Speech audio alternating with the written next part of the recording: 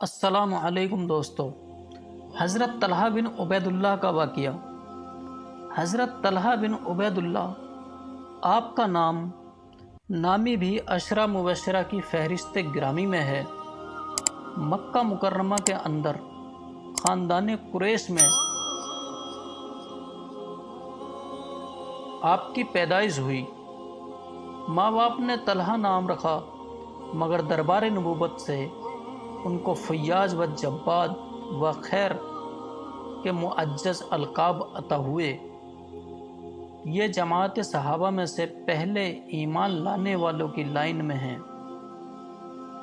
उनके इस्लाम लाने का वाक़िया ये है कि ये तिजारत के लिए बसरा गए तो वहाँ एक ईसाई पादरी ने उनसे दरियाफ्त किया कि क्या मक्का में अहमद नबी पैदा हो चुके हैं। उन्होंने हैरान होकर पूछा, कौन अहमद नबी?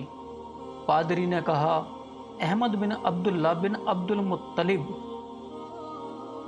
वो नबी आखिरुज्जमा हैं और उनकी नबूवत के जहूर का यही ज़माना है, और उनकी पहचान का निशान यह है कि वो मक्का मुकर्रमा में पैदा होंगे और खजूरों वाले शहर मदीना मुनव्वरा की तरफ हिजरत करेंगे। क्योंकि उस वक्त तक हुजूर अकरम ने अपनी नबूवत का ऐलान नहीं फरमाया था, इसलिए हज़रत तलहा ने पादरी को नबी आखिरुज्जमा खातिमुन नबिय्यीन के बारे में कोई जवाब न दे सके। लेकिन बसरा से मक्का मुअज्जमा आने के बाद जब उनका पता चला कि हुजूर अकरम ने अपनी नबूवत का ऐलान फरमा दिया है, तो ये हज़रत अबू बकर सिद्दीक़ के साथ बारगाह नबूवत में हाजिर होकर मुशर्रफ व इस्लाम हुए। कुफ़ार मक्का ने उनको बेहद सताया और रस्सी में बांधकर उनको मारते रहे, मगर ये पहाड़ की तरह दीन इस्लाम पर जमे रहे। फिर हिजरत करके मदीना मुनव्वरा चले गए और जंग बद्र के सिवा तमाम इस्लामी जंगों में कुफ़ार से लड़ते रहे। जंग बद्र में उनकी गैर हाजिरी का ये सबब हुआ कि हुजूर अक़दस ने उनको और हज़रत सईद बिन ज़ैद को अबू सुफियान के काफ़िले की तलाश में भेजा था। अबू सुफियान का काफ़िला समुद्र में के किनारे के रास्ते से मक्का मुकर्रमा चला गया, और ये दोनों हजरात जब लौटकर मैदान बद्र में पहुँचे तो जंग ख़त्म हो चुकी थी। जंग उहद में उन्होंने बड़ी ही जावाजी और सरफरोशी का मुजाहिरा किया।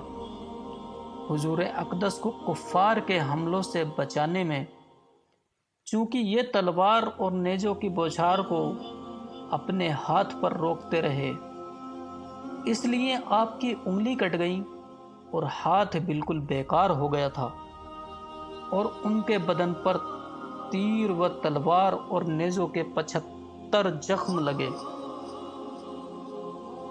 उनके फ़जाइल व मनाकिब में चंद हदीसों में भी वारिद हुई हैं। जंग उहद के दिन जब जंग रुक जाने के बाद हुजूर अकरम चट्टान पर चढ़ने लगे तो लोहे की ज़रा के बोझ की वजह से चट्टान पर चढ़ना दुश्वार हो गया था। उस वक्त हज़रत तलहा बैठ गए और उनके बदन के ऊपर से गुजर कर हुजूर अकरम चट्टान पर चढ़े और खुश होकर फरमाया, यानी तलहा ने अपने लिए जन्नत वाजिब कर ली। इसी तरह हुजूर अकरम ने यह भी फरमाया, ज़मीन पर चलता फिरता शहीद तलहा है। मिस्कात नंबर 566। एक कब्र से दूसरी कब्र में का वाक़िया। शहादत के बाद आपको बशरा के करीब दफन कर दिया गया, मगर जिस मकाम पर आपकी कब्र शरीफ बनी वो गड्ढे में था, इसलिए कब्र मुबारक कभी कभी पानी में डूब जाती थी।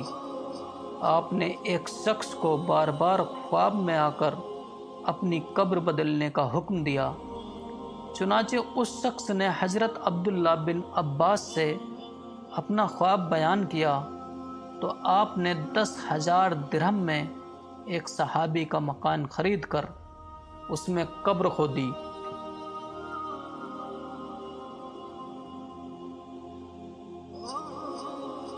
اور حضرت طلحہ کی مقدس لاش کو پرانی قبر سے نکال کر اس قبر میں دفن کر دیا۔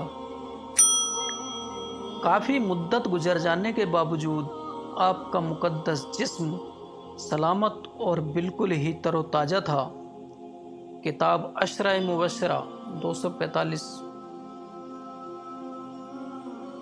تبصرہ: غور فرمائیے کہ کچی قبر جو پانی میں ڈوبی رہتی تھی، ایک مدت گزر جانے کے باوجود ایک بلی اور شہید کی لاش خراب نہیں ہوئی، جو حضرات انبیاء، خاص کر حضور سید الانبیاء کے مقدس جسم کو قبر کی مٹی بھلا کس طرح خراب کر سکتی ہے؟ یہی وجہ ہے کہ حضور اکرم نے ارشاد فرمایا مشکوٰۃ نمبر 121 میں، یعنی اللہ تعالیٰ نے انبیاء کے جسموں کو زمین پر حرام فرما دیا کہ زمین ان کو کبھی کھا نہیں سکتی۔